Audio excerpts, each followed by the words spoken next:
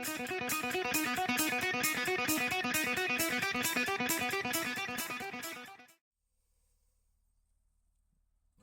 ladies and gentlemen, welcome back to the Outdoorsman's Garage YouTube channel. Today, this one is from the truck. And it's kind of fitting because this video is about vehicles. This is actually a video response to my buddy Jeffrey over at JeffreyRigged here on YouTube. If you don't know Jeffrey's channel, never seen it before, get over there and check out his channel.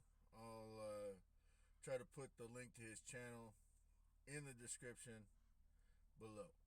I'm pretty sure that since this video is for him, at some point he's going to be making an appearance in the comment section anyway. You can hit him up that way as well. But you should check him out and give his channel a look because it's pretty awesome. He did a video probably a week ago, maybe a little longer, I don't know, of a vehicle that he was planning on putting on the channel. I think it was an old Buick something or other. I don't remember what it was, but it was his dream car, and it sat at his dad's house for, I don't know, for many years. And he had just finally brought it to his house, and now he's going to be building that car, which is actually going to be a really cool car, and it's something that you don't hardly ever see, so that even makes it better. And he told the story about it in the video. Maybe, you know what, I'll link that video in the description. Maybe you guys can go check that out. But anyway, this video response is basically in response to his video of the story of his car. Now we've all had that one vehicle that we wished would have never slipped through our fingers and got away from us. This video is about that vehicle, and it's not one that you would expect me to to even talk about. But when I was, this was in 1984, I think. 1984. My dad was stationed at Lackland Air Force Base in San Antonio, Texas. He was a drill instructor down there from 80 to 84. And in 1981, my mom and dad went and bought an 81 Toyota pickup truck. It was a two-wheel drive, manual transmission. It was a pretty cool little truck. Well, it was hit 4 times, rear-ended 4 times in 3 years. So finally my dad made the decision he wanted to go look for a new truck. So he went back to the same dealer he bought the first truck from, which was Sterling McCall Toyota in San Antonio. And he told the guy, he said, listen, he said, my current vehicle has been hit 3 times, and I want something different. Finally, they started looking at the 4-wheel drives, and the salesman said, oh, you want something that if they're going to hit you, they're going to go under you. And he said, exactly. So they started looking around, and in 1984, my dad bought an 84 Toyota 4-wheel drive SR5 extra cab pickup with a manual transmission. And it had the 22RE or 22R. I don't even remember which one it was, whether it was the 22R or the 22RE. It was probably the RE. But this truck that I had relationship, I'll put it that way. Because the very first day that my dad brought it home, he told me to wash it, told me to wax it, put the tire shine on it, put the Armor All on the interior, and make it look pretty. Well, we had that truck 9 years, and that was my job, or one of the things that I did, one of my chores, was to make his truck shine like a diamond. So I did that for 9 years. And finally, I was a teenager. I was getting my driver's license. Now, I didn't live in a household like a lot of people live in now, where, mommy and daddy buy them a vehicle. No. When I got my permit, my dad took me outside and said, "You see that car? Well, that's my car. See the car over there on the driveway? Well, that's your mother's car. You want a car, you have to go get a job, and you have to pay for your own shit." So I kind of, that's just how I grew up. And it made me actually more responsible growing up in that type of a household. So I had been working since I was about 12 years old. About 11, 12 years old. I was cutting grass, making money. The only thing my dad ever asked for was, put some of that money that you make, put gas back in the mower. Well, that's what I did that. And he was cool with that. But later on, when I became a teenager,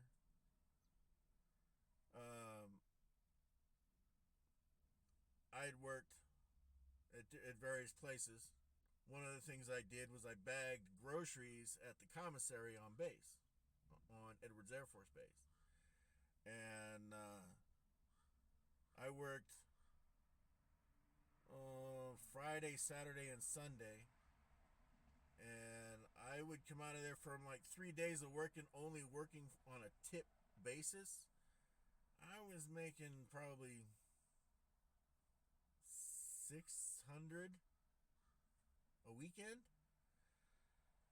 So, finally my dad and I had this conversation, after I got my permit about the truck. And he said, "Listen," he said, "if you really want that truck, I'll sell it to you for $5,000, which was completely worth it because it was 9 years old. It'd never been off-road. It had been put into four-wheel drive, but it had never been off-road and beat up. And it only had 63,000 miles on the truck. So it was very well taken care of. I know because we changed that oil in it religiously. We did all the maintenance on it religiously. So I knew what I was buying. And I told him, I said, "Okay, that's fine." So I saved every penny that was put into these little hands here. Well, that's a little now, but I saved every penny. Even like birthday money that I would get from my grandparents and my aunts and uncles and stuff. I would save all that stuff. The day that I went to give him the money for that truck, he was at work. He came home in a 66 Chevelle. Apparently, he thought it was necessary to trade that 84 Toyota pickup truck to a bunch of young assholes on the base. Meanwhile, he traded it to one young asshole on the base for this 66 Chevelle. Now you think, "Oh, it's a 66 Chevelle, it's great." Yeah, they're cool cars. But that ain't the car I wanted. I wanted that truck. I basically got screwed out of that truck. I was pretty pissed, and thought about it pretty much every day since the day that it happened. Okay. Now, when my dad passed away in 2007,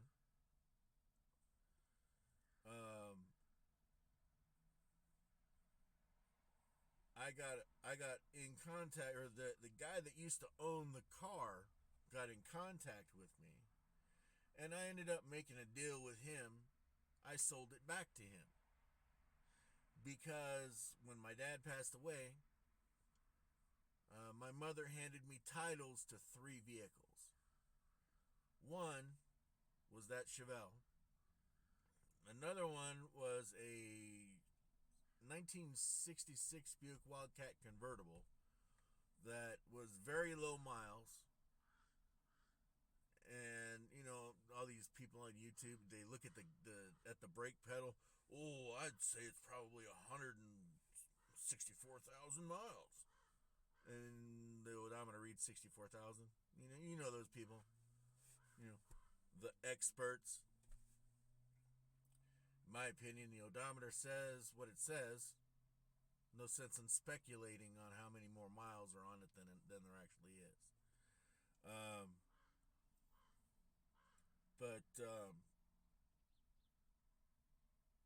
shit, I totally lost track of what I need to take some coffee in. That's what I need. Hang on just 1 second.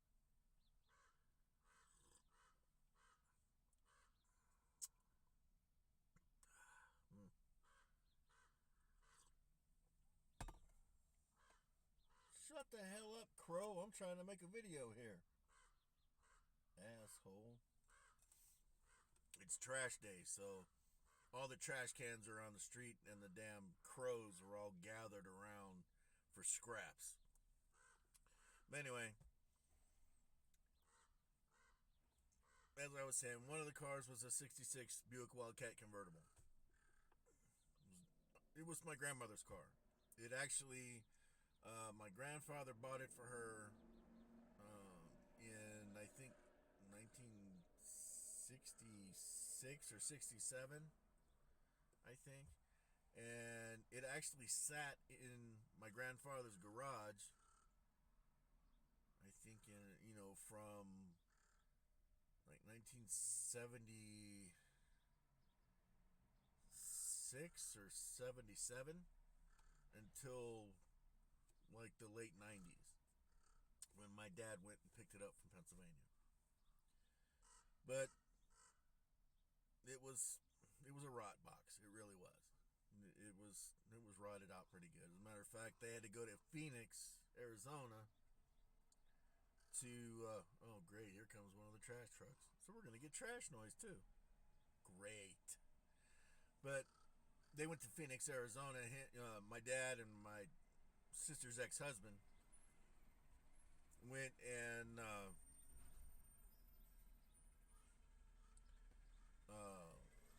went and got this frame from the junkyard out there in Phoenix. It's not just a... Damn, that thing is loud. Jesus, would you hurry up?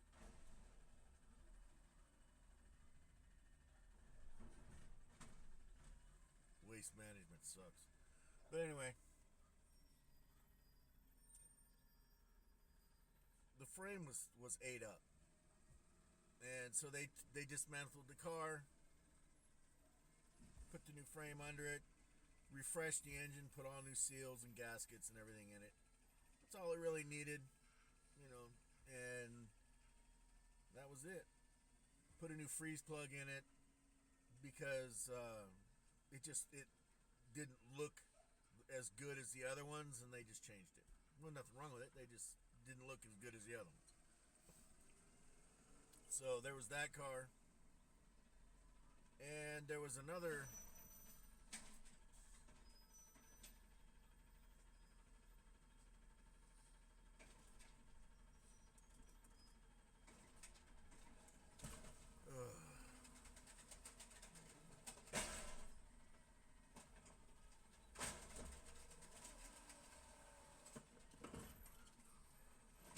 I swear, Waste Management trash truck drivers are probably the ones that were in the remedial reading class in high school. Ridiculous. Anyway, so there was that car. And then the other one was a 1939 Ford pickup truck that, my dad had been working on, he'd been working on it little by little, just off and on for probably, I don't know, 6 years at that point. While he was stationed at Edwards. And he had actually owned the truck. Well, he got it in, I think, 1990. He got it when I was a junior in high school. So when I was a senior, I did a whole bunch of work on that car, or on that truck. Did a lot of welding. I welded the front end on it. It had a Mustang 2 front suspension with Pinot springs. It had a 73 Nova rear end underneath it. It had the drive shaft came out of a square body pickup. The engine and transmission came out of the exact same square body pickup. So anyway, there was these 3 vehicles, and the titles just got pushed on me. And really, to be honest with you, the only one out of those 3 that I actually really wanted to do something with was the truck, and I ended up giving that truck to my sister's ex-husband because he helped me clear out my mom and dad's house after my dad passed away. Anyway, getting back to this Toyota pickup truck. So this thing had lived in my brain for years. It still does. Okay, so finally, the guy that used to own the Chevelle wanted the Chevelle, and I gave him a price, a reasonable price, and he came and got it. But I could have made it real hard for him, and I could have shown him what kind of an asshole I really could have been. I could have told him that I wanted him to, let's not trade money for the car. Let's trade vehicles. How about you trade me a 1984 Toyota 4-wheel drive SR5 extra cab manual transmission 22RE with 64,000 original miles.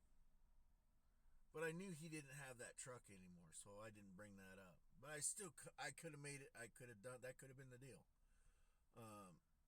But for years, I looked for that truck because I had the VIN and all that different stuff, I actually did find it in 2013. It is in a salvage yard in Georgia. However, I ended up calling that salvage yard, and the guy told me that yes, there is a bunch of Toyota trucks there. They only have a few old ones, like, from the 80s there. He said, but there's basically nothing left. They're all gutted.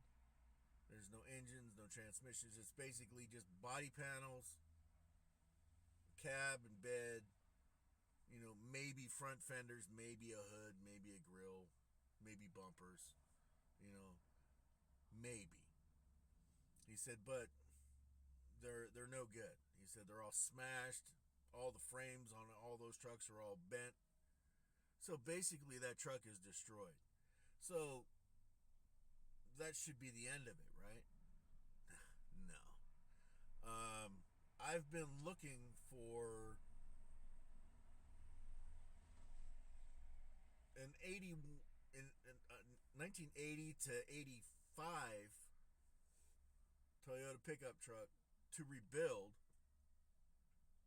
for probably 30 years. And the reason why it's taking that long is these people that are selling these trucks. Now, you know, I could go on Facebook Marketplace like all these experts on YouTube do, and I could look for it. But guess what? Anyone on Facebook Marketplace that's selling an 80s Toyota pickup truck, they all think there's a gold lining on the inside of the truck. They think that those parts are made of gold. So their asking prices are really unrealistic. Maybe one of these days I'll find one. The reason why I wanted it so bad in the first place is because, like I said, I had a relationship with the truck. You know, I took care of that truck. You know, so it basically became my first love, you know. But after I saw Back to the Future, I wanted to build Marty McFly's Toyota pickup. And that's been the plan for 30 years. I would love to find one of those trucks and turn it into Marty McFly's black Toyota pickup. So anyway, I hope this was helpful to you there, Jeffrey. But that's the story of the one that slipped through the fingers. All right, guys. So if you guys like these types of videos, make sure you hit the subscribe button. Punch the bell in the face for notifications. You know, hype it, share it, make a comment, do all the YouTube things, and we'll catch you in the next one. Thanks for watching. We love you. We'll catch you next time.